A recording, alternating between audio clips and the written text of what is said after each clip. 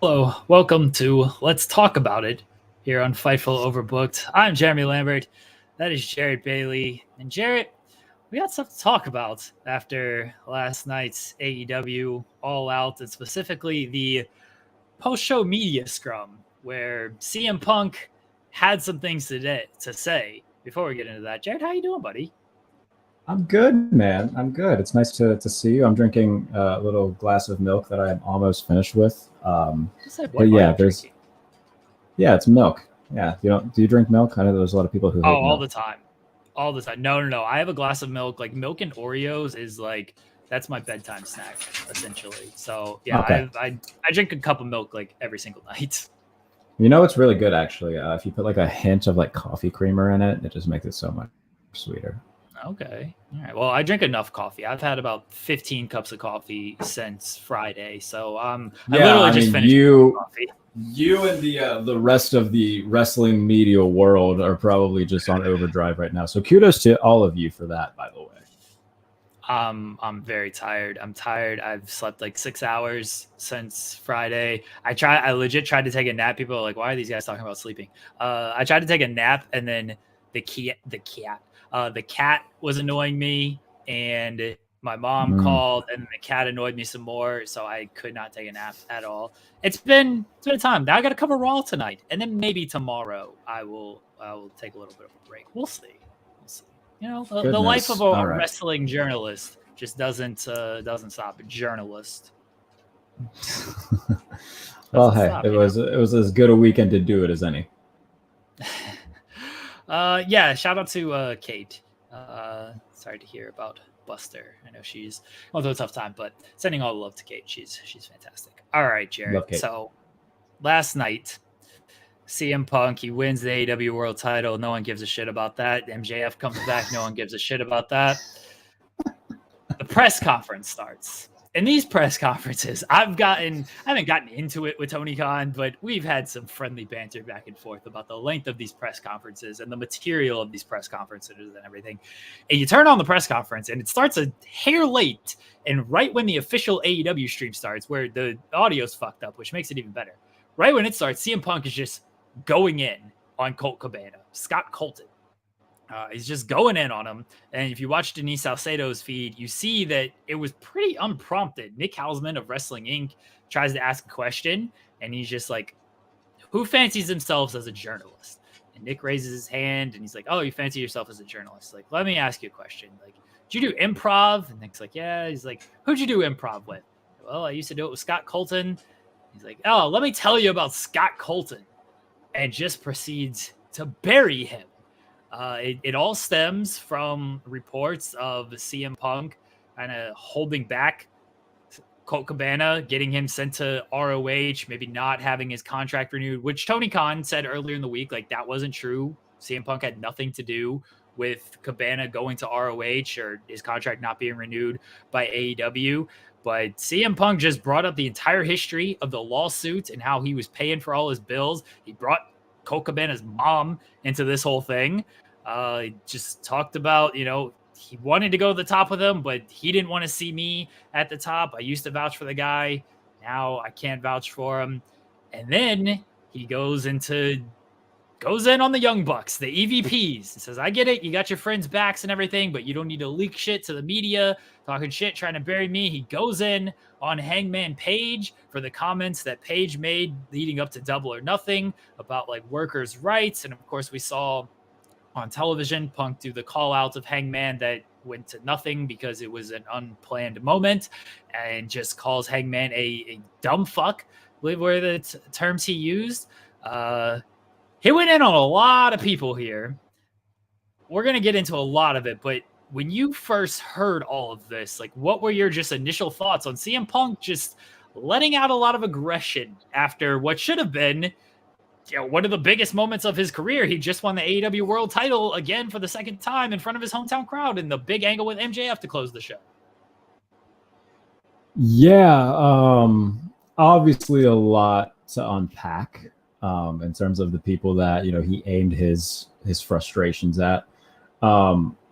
First of all, like everybody, it seems like people are picking sides on Twitter when this gets brought up. It's okay to like CM Punk. It's okay to like Colt Cabana. It's okay to like the Young Bucks and the Elite and everything, and understand that everybody, is probably at least a little bit at fault in all of this. Did Punk have to go in on Colt Cabana? No, obviously not. If reports are true or whatever that there might be heat between him and the Bucks and Page and whatnot, there was apparently a confrontation between the two parties involved afterwards. Like, there's so much surrounding this, and I'm a Punk guy, but I completely understand why some people aren't. And this is a perfect example of why, oh yeah, that's why people hate CM Punk, because he can be kind of a prick sometimes. So I get it. It is it shouldn't, after that night or after last night, it is a pain in the ass that all we're talking about is the fact that the new champion of AEW is just talking a mad amount of shit on the Young Bucks, Hangman Page, Colt Cabana. Now, like I said, CM Punk, he's obviously very, how do I want to word this? There's a reason people love him. He was gone for a long time, and when he came back, it was huge. And so being away, that absence made the heart of fans grow fonder and fonder and fonder. And I think that they kind of forgot, the things that happened in WWE. If you remember, the Ryback stuff that happened in WWE. There's a ton of reports that he's just kind of a pain in the dick sometimes. And, that's kind of rearing its ugly head here. I'm not going to pretend I know, everything that, what happened behind the scenes, whether he's telling the truth or whether, the reports of him holding back Colt Cabana are true and he's lying. I'm not going to pretend to know about that. But would it surprise me if he was, the one who maybe said, yeah, I don't want to see Colt Cabana around here too much? No, because of everything that happened, that would be awkward for anybody. It's clear. But it's again, very I don't know. Clear, it's very clear there is still some bitterness there between those two. Absolutely. Based on Punk's comments, very clear there's some bitterness on there. And if you look at the timelines of things too, like when CM Punk got signed to AEW, that's when we started seeing much less of Colt Cabana. So I mean, those two that lines up, and it would make sense if that were the case. But attacking the Young Bucks for it, what exactly did he say? That they were the ones that leaked something about him holding back Colt Cabana. So he's saying that they were the ones that did that. Is that basically what he's pissed about? Yes, that seems to be the crux of CM Punk's argument, is they've leaked all of this and started all of this. He said they're trying to middle him, he's the top babyface, and they're trying to middle him to their niche audience and not making the top babyface because they are bearing him to the dirt sheets. The dirt sheets are going to read this. They're going to boo CM Punk. So a portion of the audience is going to boo him, and he's not happy about that. He's basically just not happy about the leaks and these reports that he believes is coming from them. Whether or not they are coming from the Young Bucks, I don't know. I have no idea. I haven't talked to the Young Bucks, so I don't know. And I think another thing that he said during the press conference is that they're referencing what you just said, that he's a guy who's put the company on his back, drawing in $1 million buys and whatnot, and Colt Cabana obviously isn't doing that. And yeah, he's right, but again, he didn't have to be a dick about it like that. Again, that is where we have the people who are very vocally against CM Punk look at that and say, see, he's just being a giant douche for no particular reason. I get that some people are saying, oh, it's just a work. And I get that being the first instinct. Yeah, but it just doesn't make sense. Right. Why that would be. So let's address this. It's a work thing, because everybody just wants to claim everything as a work, and I think they want to claim it so they don't get worked, and they could be like, haha, see, I told you, you're not going to work me, gingerbread man. I think that's why they say it. I don't know. If that's not your reason, whatever. If this is a work, why? Who are you working here? If you're working the audience, you're working the same niche audience that you're complaining about and middling yourself. in that case, because the audience who the Young Bucks are getting to boo CM Punk by allegedly leaking all of this stuff, that's the same audience who's going to keep booing him for making these comments, because I don't think Punk comes off very well in these comments by drudging all of this stuff up. That audience likes Hangman Page. That audience likes the Young Bucks. If you're going to go out on national television and call out Hangman Page and say it's coward shit, you're going to get booed for that. So if you're working the audience, I don't know what the payoff is there. I mean, obviously the payoff is some type of match, but you're middling yourself in that case. So I don't understand. And then it seems like you're working the boys as well. That never ends well. We saw that in WCW. If you just try to work everyone around you, then people start there. That becomes a lot of mistrust after that between the wrestlers. Like you don't want to lose the locker room and just have a bunch of mistrust between everybody. And I think that's starting to become a little bit of the case now. Anyway, look, is it possible they turn this into a work? Yes, absolutely. I mean, we saw the MJF stuff. I think there was a lot of truth to the MJF stuff leading up to Double or Nothing. I think it got smoothed over. They turned it into a work. They turned it into a storyline. It happened. Shawn and Brett famously did not get along. None of the stuff that happened backstage with them was a work. They didn't like each other, right? They got into fights. They were pulling hair. That was all real. And did they end up working together on television? Yes, you can turn it into a work, sure. But right now, I don't believe it's a work. And if it is, it's a stupid work. Like it's a very dumb work, because I just don't understand the point of it unless they're going to start feuding on television. But clearly that's not the television direction right now. Yeah, I mean, clearly what they're going for, at least that's what the pay-per-view left off, is that they're gearing towards MJF Punk 3, which that's what they should do. The first two ruled. Punk's the champion. MJF should be the one that takes the title off of him. If this is a work, I mean, you touched on it. Why? Like, what is that? What is this accomplishing? There's, unless they're really planning on doing some sort of thing where it's Kenny and Punk maybe at some point, and Kenny has the Bucks. Like even then, though, like right now it doesn't make sense. So I don't think it's a work either. But trying to find reasons as to why it would be a work makes no sense. At least not for right now. You brought up the Hangman Page stuff, like. Yeah, all the stuff that he said about Hangman, saying that, I can't remember the exact line, but calling him a guy who hasn't done shit in this business. I believe that's who he was referring to, and he said that. Yeah. That's just not true. Just flat out wrong. That's not to me, that's not a great look. Like I know the Hangman comment of like, I don't take advice, I'm stubborn, trial and error type of thing. I understand why that might rub Punk the wrong way. It's like, look, you got a lot of good guys here. Take advice. And maybe Hangman talks to other people. Who knows? But saying like you've done nothing in this business, everything, like he was involved in arguably the best AEW storyline ever. He held the world title. He was part of, and look, Punk can take all the credit in the world he wants to for the $1 Million Gate. But like Hangman was part of that match. Hangman was a big part of just the initial rise of AEW along with the Young Bucks. And it's like, why are you going to say he hasn't accomplished anything when he's holding the same title that he's held the same title that you're holding? You are currently holding. Yeah. Like it doesn't make AEW look that great when he's like, yeah, you haven't done shit. And it's like, well, I don't know, man. He was the champion in the number 2 company in the world. He hasn't done shit because he hasn't been in WWE. He hasn't been in WrestleMania.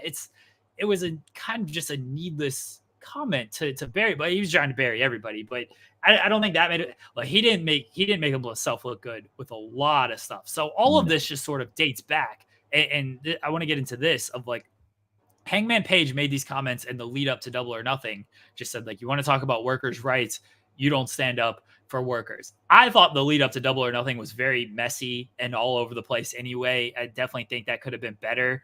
I thought that was a pretty throwaway line, just because a lot of people had kind of said that with Punk. You could have taken that as like, hey, you walked out on WWE. Hey, you didn't stand up when this person said this. Like, I understand it was about Colt Cabana and stuff, but no one really talked about that line after it happened. And then Punk won, everyone moved on, and that was that.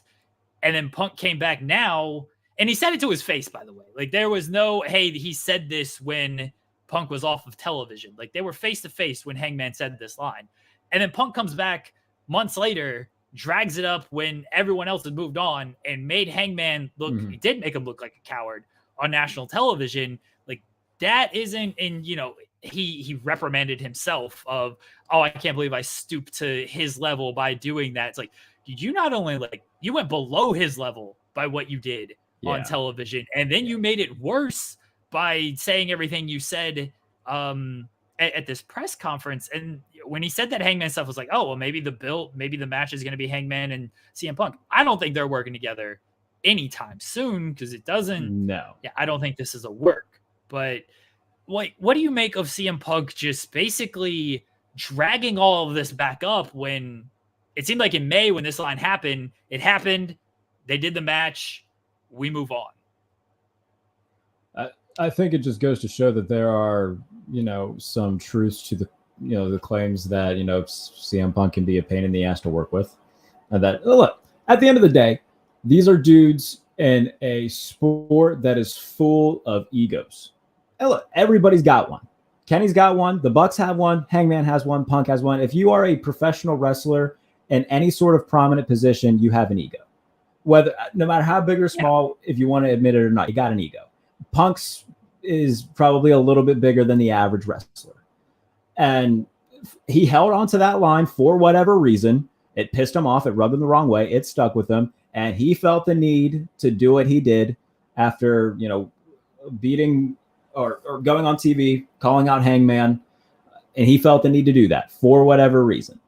I don't know why he held on to it. Because like you said, everybody else moved on. It was kind of a throwaway line. He said it to his face. He didn't do it, you know, backstage or anything like that. It's not like one of those reports that came out that, oh, Hangman said this about CM Punk. They did it. We all saw it. We all knew that it had happened. So, like, I don't know why that specific line in particular rubbed him such the wrong way. I don't know, man. For him to hold on to something that seems so minuscule is kind of weird. But, yeah, there's no doubt Punk has an ego. And I don't think it's any sort of worry about him losing a spot. Like, he's CM fucking Punk. No one is going to be taking his spot anytime soon. Like, he can basically have just about whatever he wants because of who he is and because of the draw that he has. So I don't know, man. I really don't. The thing, I mean, Punk said, you know, we're past apologies. I gave him a chance. I don't know what that looked like. What the hell? Yeah, I don't know what the hell that was about either.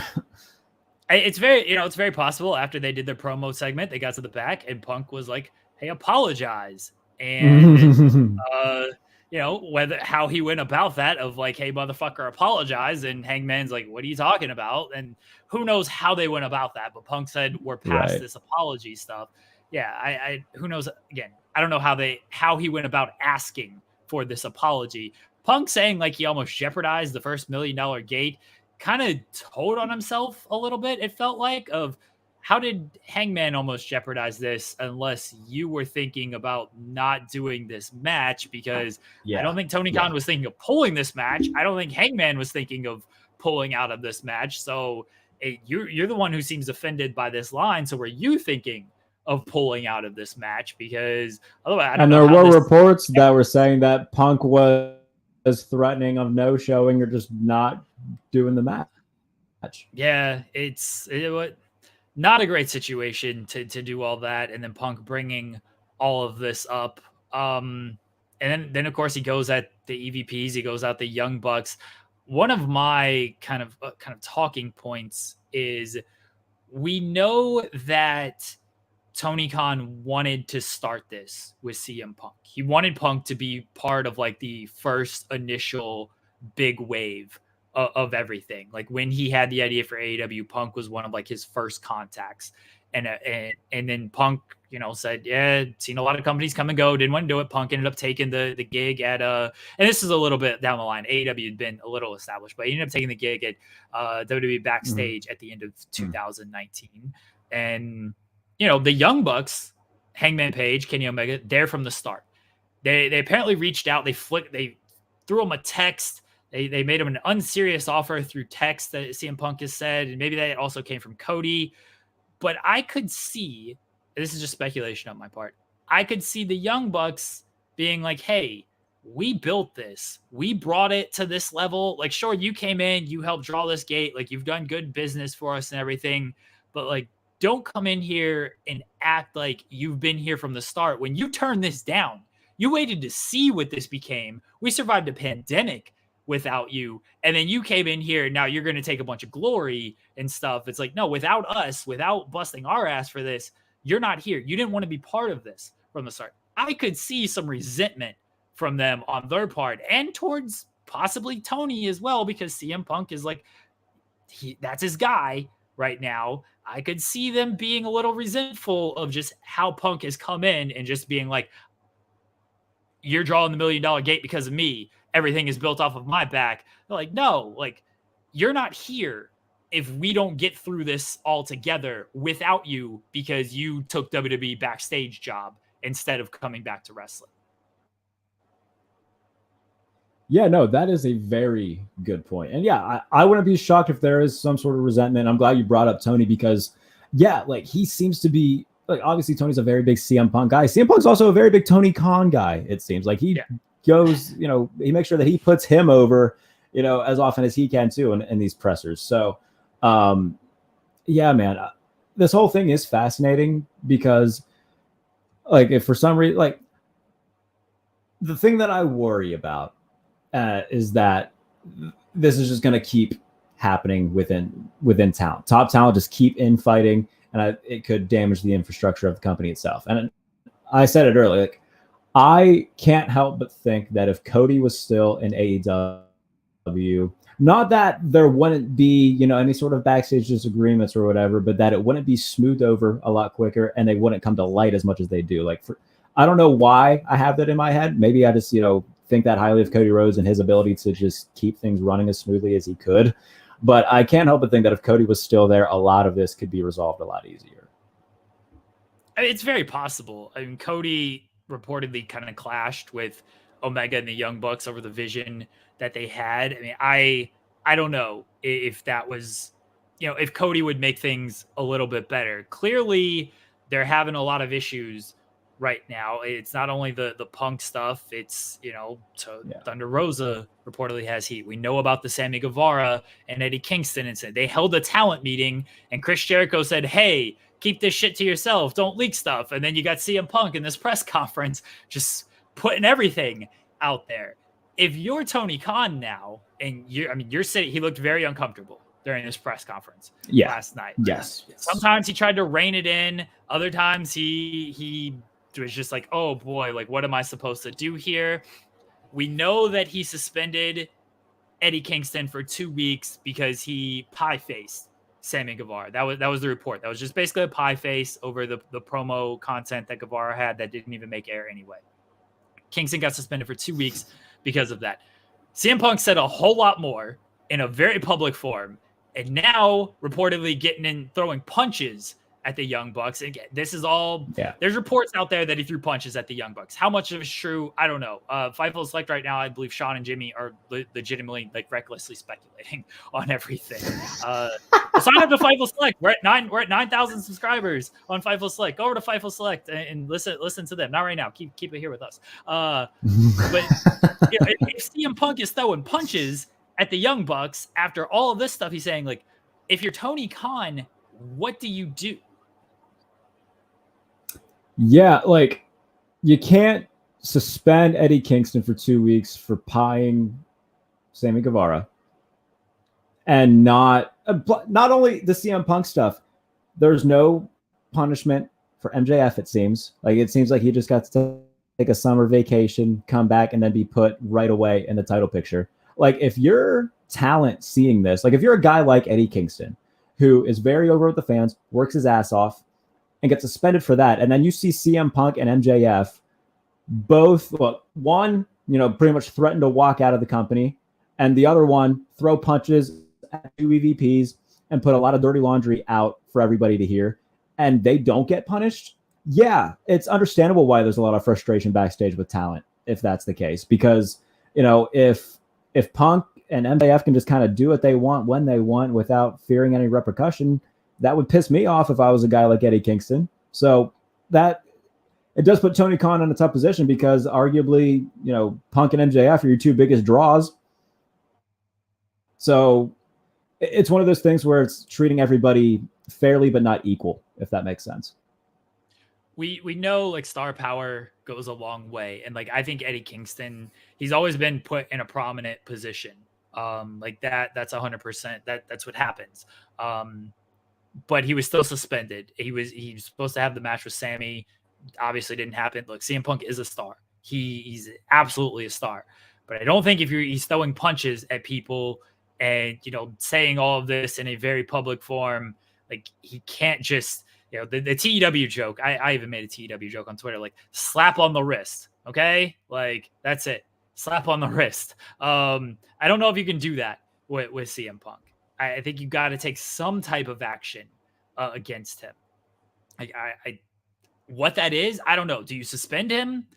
I don't know, because they're building towards MJF CM Punk. It could happen as soon as Grand Slam. So are you going to suspend him until Grand Slam? Keep him off of television? That's your world champion. Are you going to fine him a lot of money? I think you've got to do something with him to just show that, hey, we just can't have this happen. Like there's got to be some type of control that and a precedent set. I mean, you set a precedent by suspending Eddie Kingston. Like you've got to kind of stick with that and show a little bit of leadership here and do something about it. Like what that is, that's up to Tony Khan to decide. And we will see what, if anything, happens when it comes to what Tony Khan decides. If you're Tony Khan, what are you doing with CM Punk? Do you suspend him? Do you fine him? You strip him of the title?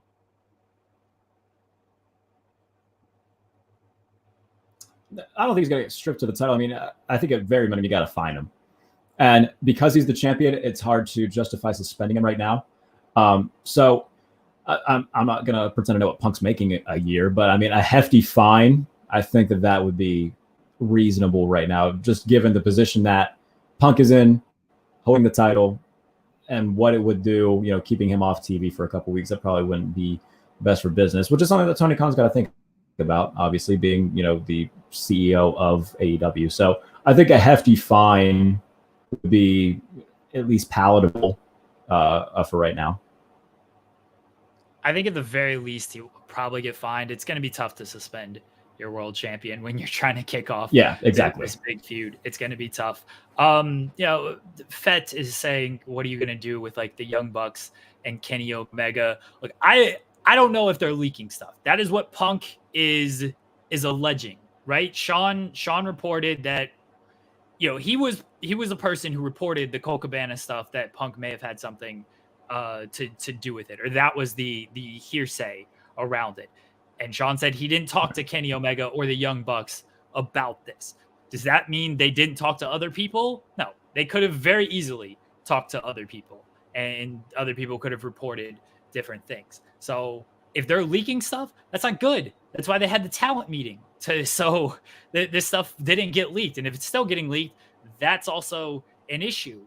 What you do with Kenny Omega and the Young Bucks, you probably need to find them in some regard as well.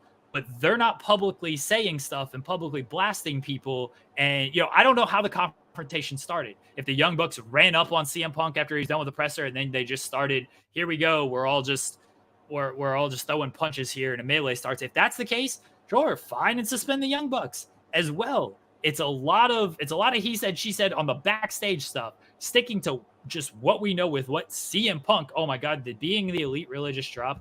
Oh, hold on. I don't know if they have it. No. But no, I don't see it. Where's it at? Oh God. Do you see it? Am I missing it? Because I don't see it. Hold on. Let me see. Come on, Miguel. I'll try pulling it up, but I didn't see it. Send the link. This is gonna be a juicy episode. Yeah, I usually drops at 12, so that's why it threw me off that it would drop now. I didn't think. By the way, I'm on looking at the thumbnail for this, I just see the picture that you use, and it's just Tony Khan just looking like. Okay, let me see. Being the elite. I don't see it, and other people are saying. I think Miguel may have just trolled us. Yeah, no, I don't see it either. So I'm pretty sure. Miguel, if you got the link, go for it. Yeah, if you just for some reason have early access to Being the Elite, then yeah, send us the early access. So stop. Fed's saying stop with the public stuff. It's wrong to voice someone lying on you, or it's not wrong to voice someone lying on you, especially after all of these meetings. If you're going to be professional, though, don't do what you did to Hangman Page, and just don't do that. And if you're going to say, hey, let's talk about it, then Punk tried to address it with them backstage. I don't know. He said, my door's open. Come talk to me. And the Young Bucks seemed like they maybe tried to talk to him. Maybe they ran up in the wrong way. Maybe they approached in the wrong way. Not sure. We're talking about the public stuff because that is what is public. All right. CM Punk has every right to say these things in public. That's fine. Like he can say all of this. I think it's great. Honestly, I'm here for all this drama and everything. We're doing big numbers thanks to all this drama, though. So it's fine by me. It's popping ratings for us. But that's what we're commenting on. Another thing that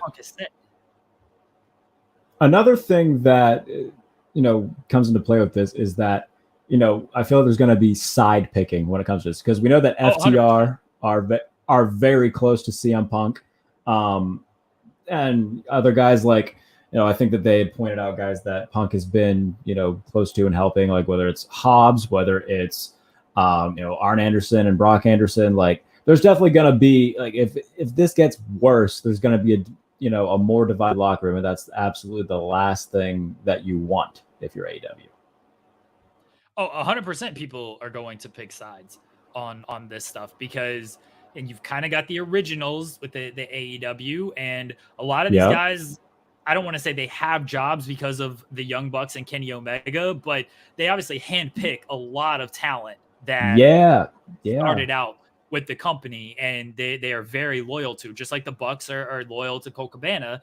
And then you've got guys who Punk has probably helped. I mean, again, Hobbs is a big one. Hobbs has spoken on record about how much Punk helped them in his match. Darby, I know is a big bad. Darby was kind of a Cody pick. Darby has always talked highly of Cody. And I know Punk has helped Darby. So you're going to have people who are going to side with Punk on this stuff. And then you're going to have people who side with the Young Bucks. Yeah, Punk did put over Adam Cole. He said he just wants him to get healthy. He's a nice guy. I think by all accounts, Adam Cole is a nice guy. I do think there are some people who we know kind of their allegiances, but are probably just I think hey. I think you'll have people like Britt, who's going to be, more of a Punk guy. If I had to guess, I think Adam Cole, because of that, would probably be a little bit more of a Punk guy. I don't know. They're best friends with that's what I say. They're best friends. What am I talking about? That's incorrect. I don't know, man, because Britt and Punk seem to be, he's put her over multiple times. Like, I feel like there would be like a little bit hint of allegiance for Punk from her, at least. Yeah. The stuff with obviously Cole, the Bucks, Kenny, like they're all tight. So he would lean, toward their allegiance. This is all just going to blow up and become the AEW version of Civil War from the Avengers. Jarrett, you listen to terrible music. You know what that's death incorrect. The death wall, right? You've heard of this? You know what I'm talking about? The death wall. Explain this to me. Like where you get a group of people on one side and a group of people on the other side, and they just like run at each other and like mosh and rage and stuff. This is a real thing. Oh, yeah. About this. Yeah, it's just like a mosh pit. Yeah, I mean, sort of, but like it's called a death wall. I was listening to this is a real thing that happens apparently. I think that's what it's called, the death wall. Maybe what do you want, Joel Pearl? It's Wall of Death. See, I was close. What is he doing? It's a very popular. I don't know. Joel Pearl just popped on. So Wall of Death. That's all we need here. Apparently, is just like let's get the CM Punk side and the Elite side, and then boom, circle pit. Everybody go around in circles and then just collide. Yeah, I'm just saying, AEW Civil War is a great name for a pay-per-view. You know they're going to try and find a way to shoehorn that name in somehow. They're going to Civil War. Dude. Joel, what do you want? No, I wanted to hop in here because everyone's talking about this absurdity, and I think I just want to thank CM Punk for completely taking away from my my MJF takes from the end of All Out. So that was a really nice a nice gift from Mr. Punk. But no, I wanted to get into the conversation because this is a turning point for them. It's a moment. It's definitely gotten a lot of people talking, and it's unfortunate that a pay-per-view that had a lot of strong points got completely overshadowed by what was an absolute shitstorm of a press conference. It's never been this bad, and one guy decided to take 20 minutes and give you like the worst possible outcome when it comes to feelings towards your company, in my opinion. Again, other people are going to feel otherwise, but I wanted to get in on this chat with you guys, if you don't mind. Joel, if you're Tony Khan, what do you do to try to rectify this whole thing? There's a bit of tough love that has to come with this. You can't go into a talent meeting that you had a week ago and say, I'm not going to get pushed around, and then immediately get pushed around the next week by your champion. TK did absolutely nothing but let Punk talk. He didn't try to stop him. He didn't try to guide the conversation elsewhere. He got trampled on. The CEO or the founder of your company. In fairness to Tony, I do think he attempted to just sort of shut it down a little bit when he was like, should have said no comment. And then Punk just, I don't think it would have mattered at that case. Steamrolled. He got steamrolled. Yes. He tried a little bit. I don't think Punk was going to let him do too much though. But that's the part of a larger issue is that he allowed himself to get to this point that other talent are seeing Tony as like best pal Tony who pays me my salary. And again, like I know people are gonna make fun of the fact that he hugs the guys that he works with and he's super pumped, but like there has to be a division at some point between the owner and the talent. And like I'm not saying that it's a hard line and Tony shouldn't fraternize with anybody. Absolutely not. You want to have a good positive background and a good positive backstage rapport with everyone, but he's got to find where that line is. Otherwise he's going to continually get trampled the way that he did last night. That can't happen. Do you find Punk? Do you suspend them? Do you find the elite? Do you suspend them? Like, what do you do? TK said himself, now it's a very hairy situation, right? Everyone involved is, you've got EVPs involved. You've got your champion who you pay way too much money, not way too much, but you pay a lot of money to, and everyone's just airing dirty laundry in some way, shape, or form. You can't suspend everyone because then you're just screwing your entire business model, right? They did it to Eddie Kingston because guess what? Eddie Kingston is not main eventing Dynamite next week. He's not part of the bigger plans in the show right now. You can find them and you can absolutely give them strikes, but they're not going to be suspended or anything along those lines, I don't think. I mean, I'm not sure they are either. And should they be? Probably.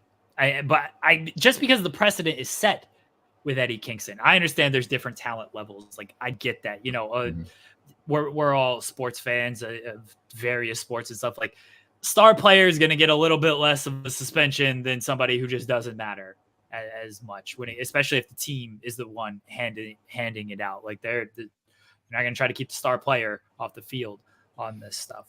Man, I don't know. I don't know because it did take away. So people are saying, everyone talks about how bad the presser was. I guarantee you, Tony wanted Punk to say everything Punk said. I don't know about that. I don't know that Tony was like, hey, Punk, say all this stuff about the Young Bucks. Yeah. I don't. When you guys had started, when I walked in on this conversation just before, I heard you kind of say to someone, oh, show us BTE, because someone, I guess, in the chat said that, BTE was up or not. The fact that BTE is not up, that's a red flag to me. That's not a worky shooty thing. BTE is such a proud like cornerstone for that group of guys, that not putting it up and not saying, hey, it'll be up later, because they're usually very good at being accountable for the timing. No one said it's going up at a certain time that I've seen. Okay, so I think that is the bigger point about it not being up, or them not mentioning that it's up later, because I do think, and I could be wrong on this, I do think that on like after pay-per-view days, they are like a day late on this stuff. It's never that they're a day late. Normally Cutler will be like, hey, instead of noon Eastern, it'll be up at like 3 or 4. He's usually really good at being like, hey, had a late night. You guys know things are crazy on pay-per-view days, yada, yada. And again, they're very proud of this product, and they take accountability. This is the one time, like, Cutler is not on socials, hasn't done shit. The Bucks aren't doing anything that I've seen yet. Like, there's a lack of something going on here. And to me, again, that's a red flag. Where can I get like the time that, or the days that this stuff was posted? Because I found the Double or Nothing being the Elite. I just want to get like the actual day that it was posted instead of 3 months ago, which is what. Oh, you might have to pull analytics on that. No, I'm not doing all that. Yeah. Oh, actually, you know what? I can do it because I have TubeBuddy. What are they? YouTube.com/being the elite. Yeah, do that for me. Oh, you guys keep talking, and I'll get what you need.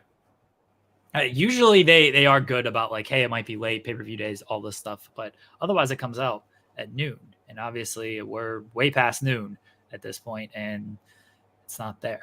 All of this feels really selfish on Punk's part, and whether the Bucks actually leaked anything, whether or not any of that's true, regardless, to go out of your way after a pay-per-view, after you won the company's title for the second time, going into an angle that everybody's really excited about, you go out of your way to make it about someone who largely, hasn't affected the programming of that. Nobody had really been thinking about it. It become like a talking point, with the dirt sheets and everything, but it's not as if it was going to be playing out on screen or anything like that. To make that about him, and then to attack the Bucks, to attack Hangman, when the night and everything that had just occurred had nothing to do with them, that just felt selfish. And apparently, this is what Sean said, is like, I guess people in the media scrum were expecting the Elite to be part of the media scrum, which would have made sense because new trios champions. Yeah, they just won the trios title. Yeah, he would probably want them to be there and talk about the trios title. This was a big deal. Everybody had been asking for the trios titles for a while now, and Tony had said, I think as far back as like the Revolution scrum of like, yeah, we're probably not going to do it until Kenny Omega returns. And then of course Kenny returns, they do it, they're the champions. But the trios titles people had been asking for because they had done so many trios matches. You would think you'd want the new champs there to like talk about it and talk about the process and everything.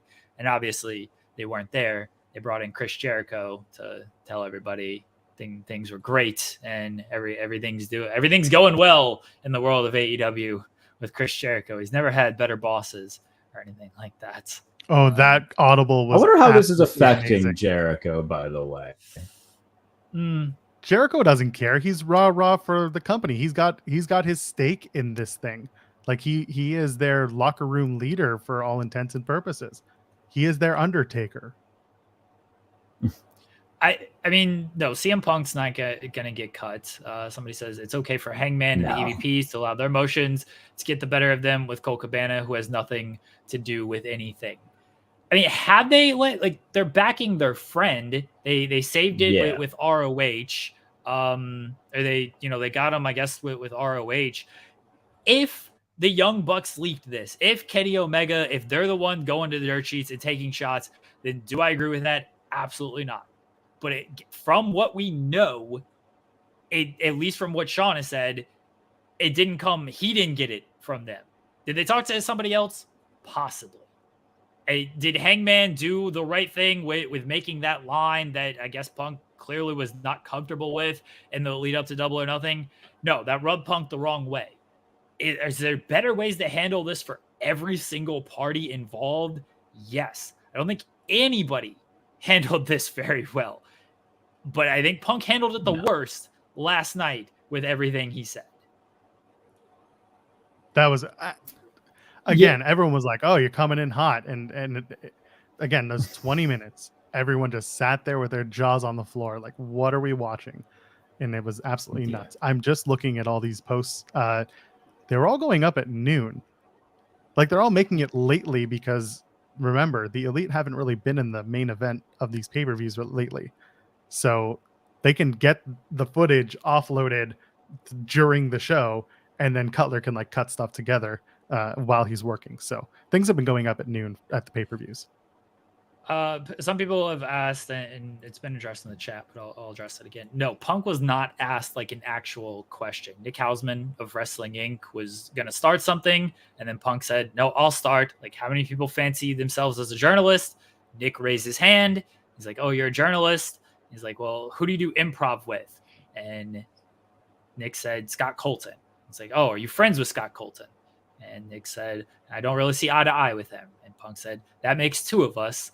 And then he started going off about initially sort of wrestling journalism and just the reporting stuff that of who it comes from, and then just a lot of stuff when it came to Colt Cabana. So there was not a question asked at CM Punk. Nobody asked like, "Hey Punk, did you try to get Colt Cabana fired? Did you get him sent to ROH? Did you tell Tony Khan not to renew his contract?" There was no question like that to CM Punk. This was a thing where he started to address this on his own and continued to address this on his own. And it's not even like, obviously the stuff he's talking about with the Young Bucks and Hangman Page, none of that is good. The stuff with Cabana, judging up the lawsuit and his history with Cabana, like that was a lot. Mother. Yes, that was a lot to take in as well. Like that was a ton to take in. Just past the Young Bucks stuff. Okay, actually, I got to bring this up. All of it again. I mean, David, go ahead, Joel. Sorry, David, who was like, the real question, did CM Punk reblocks? I've been asking this question for weeks. If Punk reblocks Sean on Twitter, yes, I got to find that out. Go ahead. Sorry, Jarrett.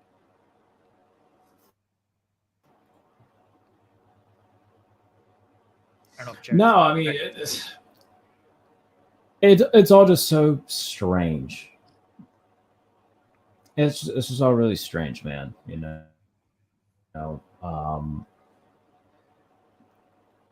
Everything I'm going to say has already been said, and we could reiterate it all we want. But the fact that he would do it in that moment, seemingly for no good reason, other than the fact that maybe it's just been weighing, like he's been dealing with it for a little bit, like the speculation that like he got Colt sent to ROH or that he didn't want his contract renewed. I mean, that came out, weeks ago. Then maybe, but even then, in that moment, it still made no sense. It was still a selfish thing to do at the time of which he did it. And the fact that it's now we see it all unfold the way it's unfolding. It's Joel said it. This is a turning point in a lot of ways, how they handle this, what happens going forward.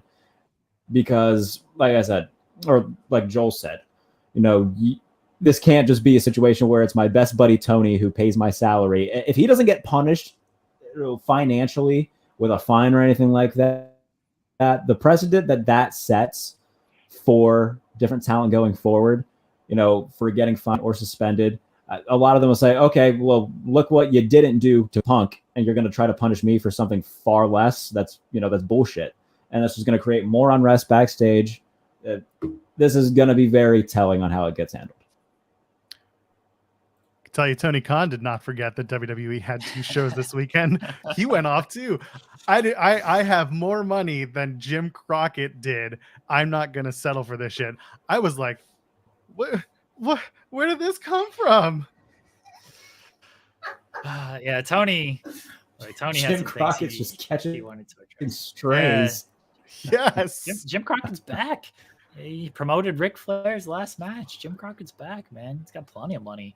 When it comes to Punk, and so I do want to talk about like the television product at this point, because are you more interested in AEW because of all this stuff? Are you less interested in AEW because of all this stuff? I've seen people who are just like, yeah, this backstage drama just isn't for me. I got no interest in this, and it's actually turning me off. And then I've seen people in our chat be like, you're gonna watch Dynamite on Wednesday if they announce like a segment CM Punk speaks his mind, you're going to tune in to that. It's going to pop a rating and everything. Like, are you more, what does this do as far as the television product and your interest, Jarrett?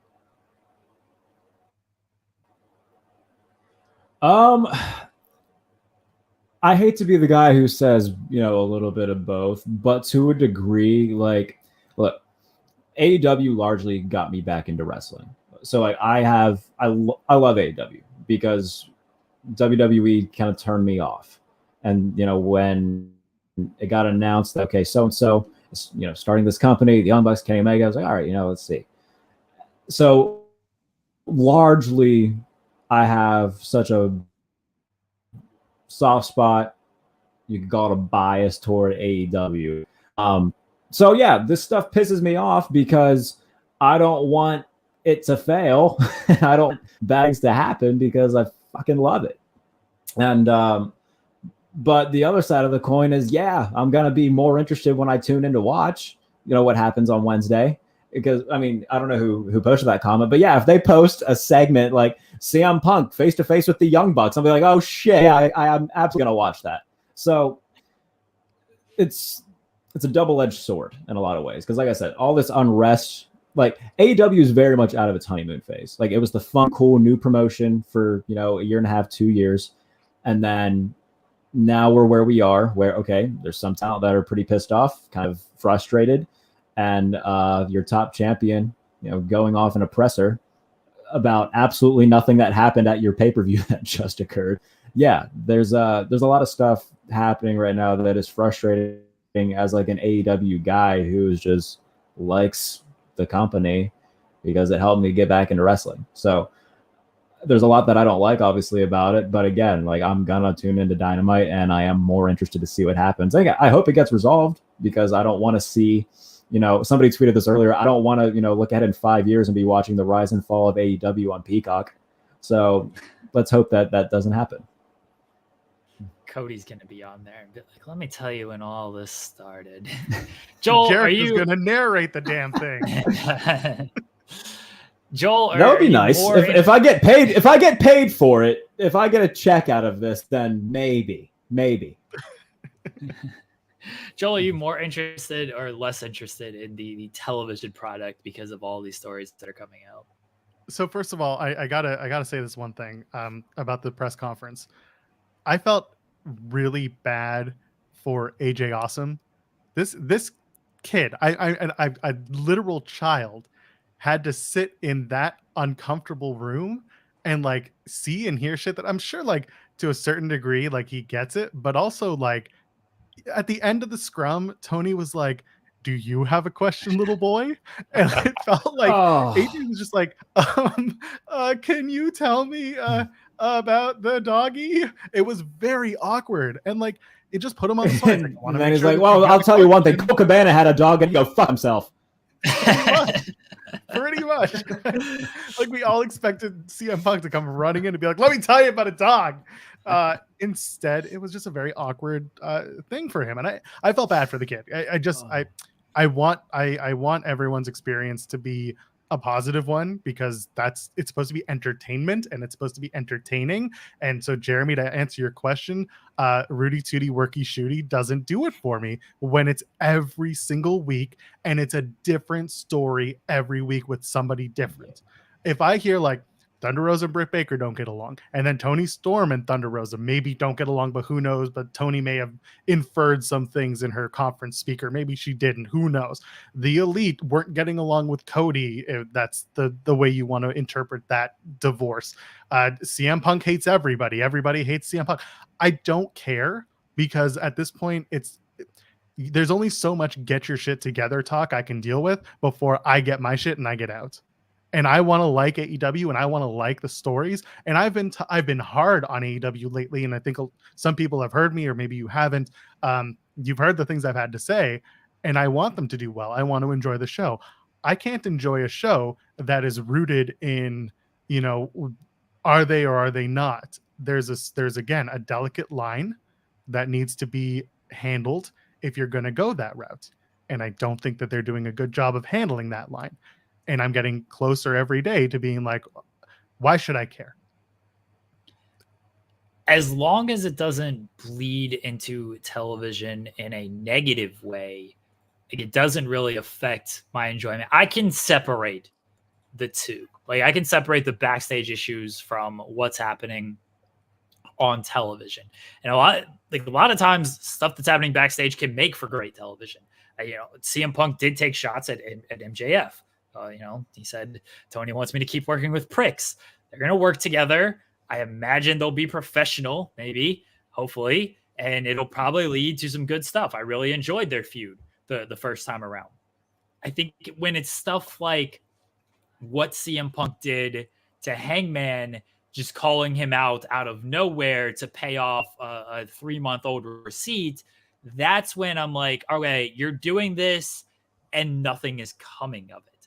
And now we know why you're doing it, and that affects my enjoyment of what's happening on television. If it leads somewhere, cool, great. If it's just backstage issues that stay backstage, but of course don't stay backstage because it hits dirt sheets and media and all of our timelines, I'm okay with that too.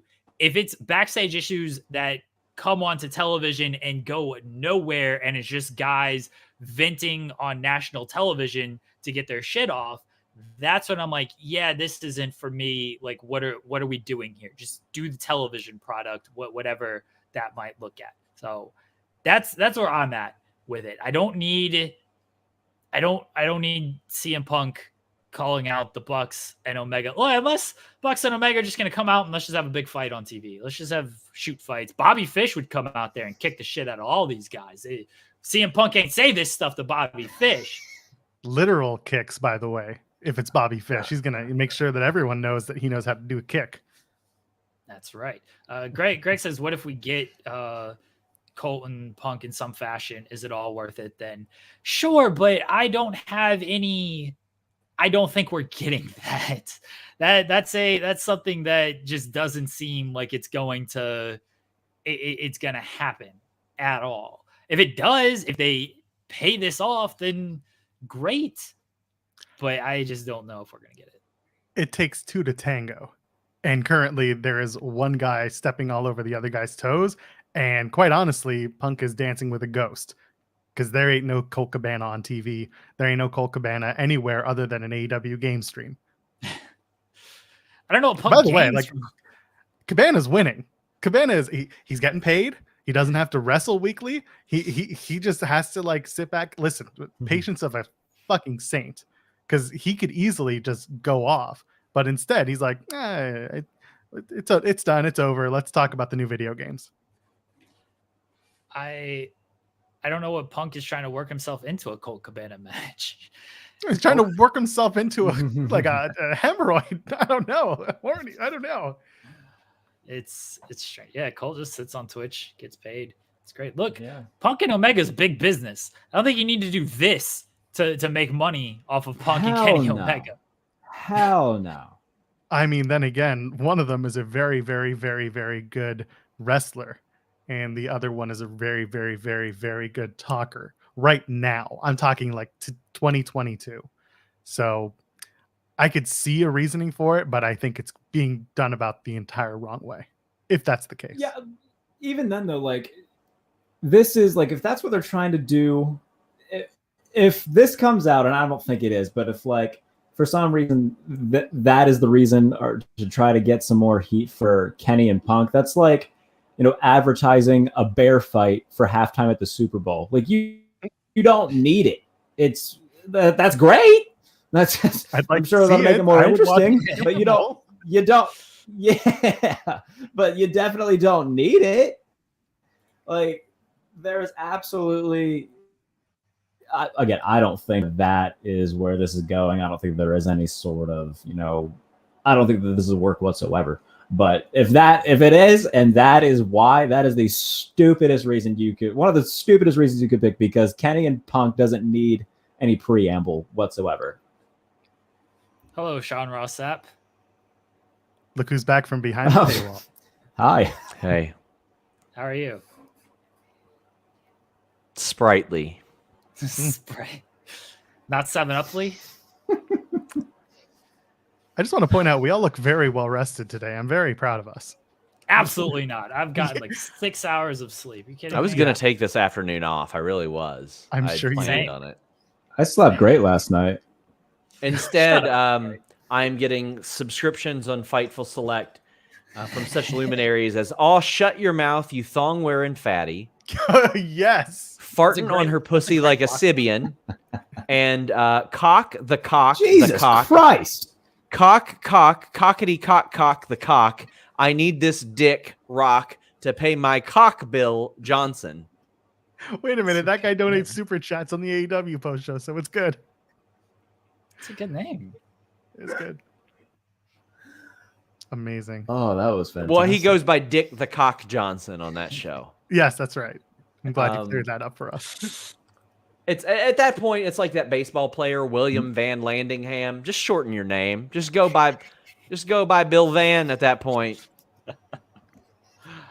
You're just doing it for the sake of having so many names. I got 3 names, but it's just 12 letters. Come on. Sean, what do you know? What do you want to share with us? I don't know shit. I know that FightfulSelect.com is the best $5 you can spend. True. I know that much for damn sure. I know that Will Washington's about to have to show feet. I know Maggie's about to have to quit smoking. I know Denise is about to have to release a Braun Breaker interview. So I want to know, what sacrifices are you 3 going to make? Jeremy already makes plenty of sacrifices. I just want to say that. But I want to know what else. What else? I'm doing a rap battle with Hannah. That's what I was willing to do. All right. So that's being added. I'm adding this to the list. Destroyer. We'll do it live in less than a month. Rap battle. Jarrett, what do you got? I thought about buying Camel Crushes today, but I thought the better of it and did not buy them. So I'm beating Maggie when it comes to stop smoking cigarettes, apparently. So that's good news for me. Joel, what do you got? What do you got? You already know mine. By the way, I want to tell you the title of your interview with RJ City tomorrow is RJ City talks in the general direction of an interviewer for 15 minutes. What else was I going to headline it with? He just kept going. I couldn't get a word in edgewise despite my better efforts. I got 2 questions in, and the rest of the time was just RJ talking shit.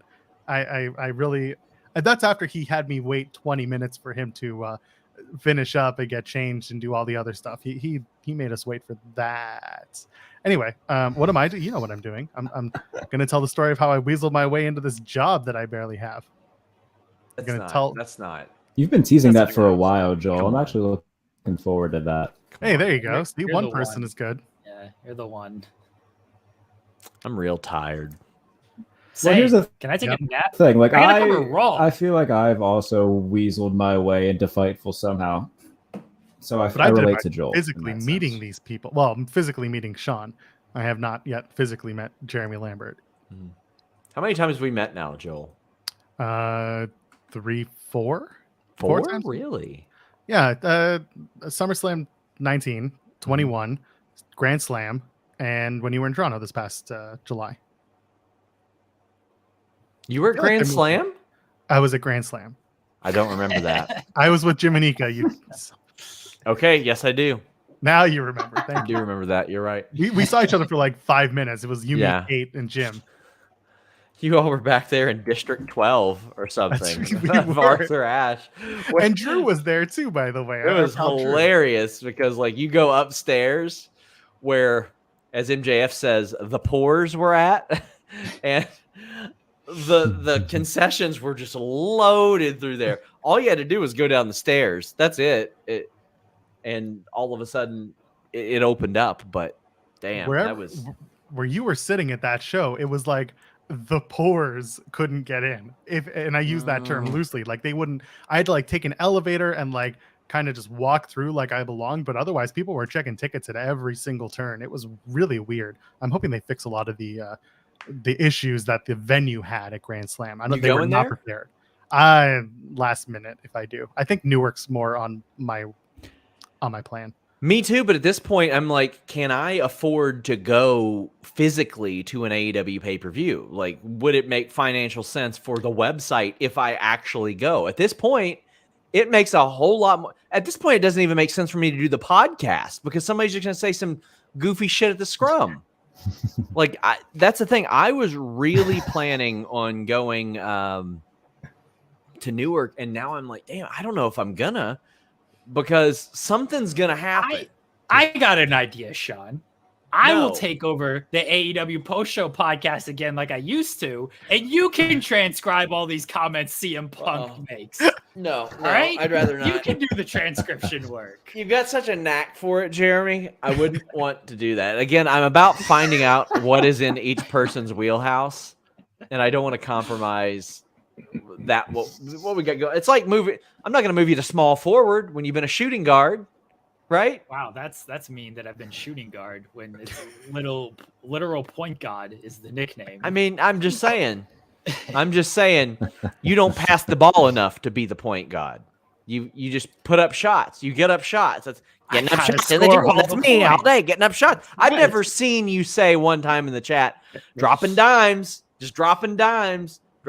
Even though you do, you never brag about it. You pass off transcripts to people all the time. You are dropping dimes. You just never brag about it. So I would assume that you call up Tops or Panini or Upper Deck and you're like, get that fucking PG off my card and put an SG on there. Just saying. You can still be a playmaker as a shooting guard. By the way, I'm taking Friday off to play NBA 2K all day. I'm just letting you know. Yeah, I probably need to find out who's going to fill in for you when you're off for a week too. Carlos, are you available? Where you at, Carlos? There's plenty of Carrying Cross news for you, Carlos. Come on back. He did. He came back to do that. I know. I put that shit out there, and all of a sudden it was going down. He should have done the actual match article on Friday too. Should have. Returns to the ring. Yeah. Oh well. What can you do? I'm gonna go eat lunch at 4 p.m. Nice to see you guys, Jeremy. Thank you for your work. Oh, hey Sean, here, hold on. I thought of one more contribution that I have. If you get Fightful Select to 10K subscribers, I'll bet the Steelers to cover the spread against the Bengals. Well, that would have to happen this week, and I would want you to bet a substantial amount of money, and I'd want you to bet it to me. On top of that, because the Bengals are gonna beat that ass so bad. Bye. Cheers to that, buddy. Well, that happened. Joel, we're gonna end on this because maybe I'm gonna take like a 30-second nap. Joel, I was watching yesterday, and you kind of predicted the NXT ring invasion with MJF. He made some Twitter headlines and some Twitter enemies. Joel Pearl, would you like to address your enemies for your tweet over shit out of that MJF, your unhappiness over the closing angle on this show? So for those who don't know, I host a show here, and none of you should know because Sundays at noon is an asinine time to host a show, and that's when I picked Tim and I. We do a show where we talk about the week in wrestling, and we kind of just clown on everything because we take nothing seriously on that show. It's called Tim and Joel Cult in the Ring, and that's every Sunday at noon on this channel. So we were talking about All Out and kind of writing down the card, and I said, I think the MJF thing isn't going to be that he comes back as the Joker. It's going to be more that Punk wins the title, and at the end of the night, Stokely and all the boys come down NXT 2010 invasion style, and they rip up the ring and they beat the shit out of Punk, and then MJF comes sauntering down the ring, and he's the last masked man. He's the guy who runs Stokely's big operation because all those guys are disenfranchised, upset, and like think that they're worth so much more. And guess what? So does MJF. Anyway, we saw a variation on that, and I was really into it for the first, for the opening of the pay-per-view. And then the way that they ended the show, to me, was a big wind out of my sails because they just kind of stood there. And Punk's there and he's celebrating, and then MJF comes out, and what is MJF known for? He ain't known for his wrestling acumen. He is known for tearing you up on the microphone. And instead of coming out with the microphone and saying anything, he comes out, the crowd's just cheering, and they're cheering for MJF, by the way, who's supposed to be the devil, who's supposed to be the heel. And then he just flips him off, and that's the end of the show. No beatdown, no nothing, just the announcers being like, see us on Dynamite for your update. It's like, what update? The update is that, MJF has a world title shot, and it's going to be against CM Punk. There's no reason, rhyme, or anything. They play a voicemail. Okay, sure. I wanted some more. I wanted more heat. I wanted more drama. And then a bunch of people were like, cry about it. And I'm like, no, I'm not going to fucking cry about it. I'm just giving my opinion about a subjective wrestling show. I didn't like how it ended. I thought it could have been better. I thought they could have put more heat on it, and instead they ended a 5-hour show with that, and it didn't hook me. It didn't make me want to watch on Wednesday. I wanted to see a little more. I wanted to see a little more. What do you think of the ending, Jarrett? If it makes you feel better, Joel.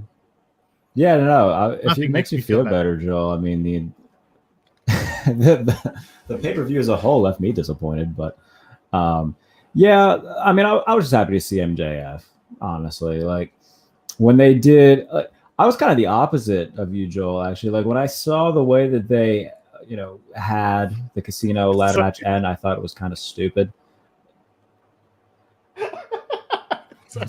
Sorry. I will say, I'm like 2 seconds behind you, so I saw that a little late.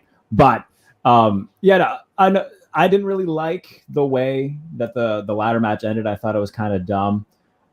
If they had beaten up everybody and then MJF came out and won it that way, I thought that would have been cooler to me. Like, everybody kind of assumed it was MJF, but I was just happy to see him back, and I'm excited to see where the story goes, which is what we should have been talking about after the pay-per-view, by the way, instead of CM Punk being a dick. But here we are. And that's the thing. You just said it, and I had it on the tip of my tongue, and I just forgot. Oh, it was the MJF reveal. It felt like they had a different approach, and then everybody figured it out. That it's almost as if like TK and the gang were like, "Oh, the internet figured it out, so we got to do this differently now." I'm sure that's not the case, but that's just how it felt to me, to have like him just take off the mask and here I am back again. It just, again, it left me flat. It felt flat to me. I didn't mind it. I actually thought it was like good, because it kind of played off of both things. There was a lot of speculation that, hey, he's going to be the Joker. And I didn't think he was going to be the Joker, at least as himself, because that spot didn't make much sense to me. Right. Hey, MJF is the Joker. He comes in and wins. But then they got him in as the Joker in a kind of a roundabout way with Stokely's group, which I loved. I thought that was great. It was very obviously him when he came out. Sympathy for the Devil. I don't know how much he paid for that, but I'm sure that cost Tony a pretty penny. I like that how they went about it. What, Joel? Jericho playing off as if he didn't have a role in securing that song, by the way, in the scrums, masterful. He absolutely got involved with that conversation, and because he knows people in Stone's camp, and he's interviewed people in the Stone's camp, there's no effing way that he didn't get involved with getting Sympathy for the Devil. And he's playing it up as like, oh, it costs so much. I don't know how you did it, Tony. And I'm like, you shrew. Sorry, Chris is a worker, brother. He's a worker through and through. God damn. Bless him. That's why he's been around this long and top spot for this long. So I like that aspect. And then the other speculation. The other speculation was, MJF comes out at the end of the show and he costs CM Punk or confronts CM Punk, or he just appears at the end of the show. And like, he still did that, but he revealed himself as the Joker. I didn't expect him to have a microphone or do anything else. Now, after he kind of aligned with Stokely's group, would it have been okay if like Stokely's group came out, beat the shit out of Punk, and then MJF comes down, reveals himself, does all that? Sure, I would have been okay with that as well. But I didn't mind this angle. I thought it was good. I liked it. I'm looking forward to seeing the follow-up on Dynamite, because I thought they paid off things. They gave you your money on the pay-per-view. You got the big return of MJF. All the matches, what hit, some of the booking you can question, but it was a good pay-per-view. I think the sad aspect is we overlooked all of that because of the CM Punk stuff, and that's what we're talking about today. And we're not breaking down the MJF angle and what happened there and where it goes. We're talking about what CM Punk say. How big will the ratings and demos get with MJF returning? Man, I don't know. I have a hard time thinking like anything pops ratings nowadays. It just sort of feels like they're at where they're at. And even though this angle was good, it feels like they're still just going to do like barely 1 million, do a decent, win the night in the 18 to 49. And that's that. Like, I truthfully, I don't pay as much attention to this rating stuff as people may think I do, but they're just where they're at, and what's going to pop it even more I don't know if it's there, if anything is going to do it outside of like gradual growth. And I hope they continue to get gradual growth. I hope WWE continues their gradual growth. But is anything going to be like, we're going to go from barely over 1 million to 1.3? I don't know. I do think MJF's segment pops something. Like, I do think it pops a number. After that, what happens? I don't know. I'd open with that. I'd open with MJF because you got a massive lead in coming from Big Bang Theory, but that should be your open. It should be Punk and Jesus MJF. Christ. It should be MJF comes out, and then Punk comes out to do the thing, and that should be it. Hannah says the money. I hope they do that. I think that would be good. It says the money was spent on the song and pulled from the shitty ass collectible chairs. Oh, and by the way, for anyone who's going to be like, how does Joel know that Jericho has someone? There's an interview he did weeks ago with someone who was like the tour manager for the Stones for a little while, for U2, and then for Metallica. You can find that interview. It's a Talk is Jericho interview, and she talks extensively about like the friendship. They like grew up in Winnipeg, or like have a friend in Winnipeg. And anyway, there's a connection there and in other places. So just before anyone's like, how does he know? Why is he just talking reckless? I'm not. You don't know shit, Joel Pearl. I don't know shit, crybaby. All right, let's get out of here. Jarrett, thank you. Joel Pearl, I didn't really invite you. Jarrett, do you have anything to plug? Not wrestling related, but football starting. So read all my shit, please. It makes me more dollars when you do. So USA Today, Sports Illustrated, 33rd Team. Read my stuff, watch my stuff on YouTube, and spot every podcast. It's all on Twitter. So follow me on Twitter at JBaileyNFL for all my stuff. Thank you. There you go. Joel, do you want to plug anything? Impact Wrestling's pretty cool. I talk about that on Thursdays on the main channel with Cresta Star. She's awesome. That's about it. And you know what, Joel? You do a great job at it. Thank you, Jarrett. I appreciate that. Yeah. Guys, thanks for joining us today.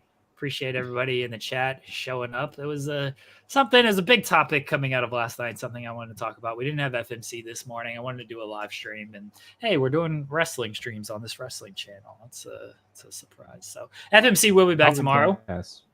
Yeah, FMC will be back tomorrow. Myself and SP3 will not be talking wrestling. I don't know what we would talk about. We're talking challenge. We're talking basketball, things of that nature. We had a new episode of Newsworthy went up this past week, where we'll continue to do that. We'll have other stuff happening this week. I don't know what happens on this channel. We're gonna do whatever we want, whenever we want, and people hopefully enjoy it. Bye, everybody.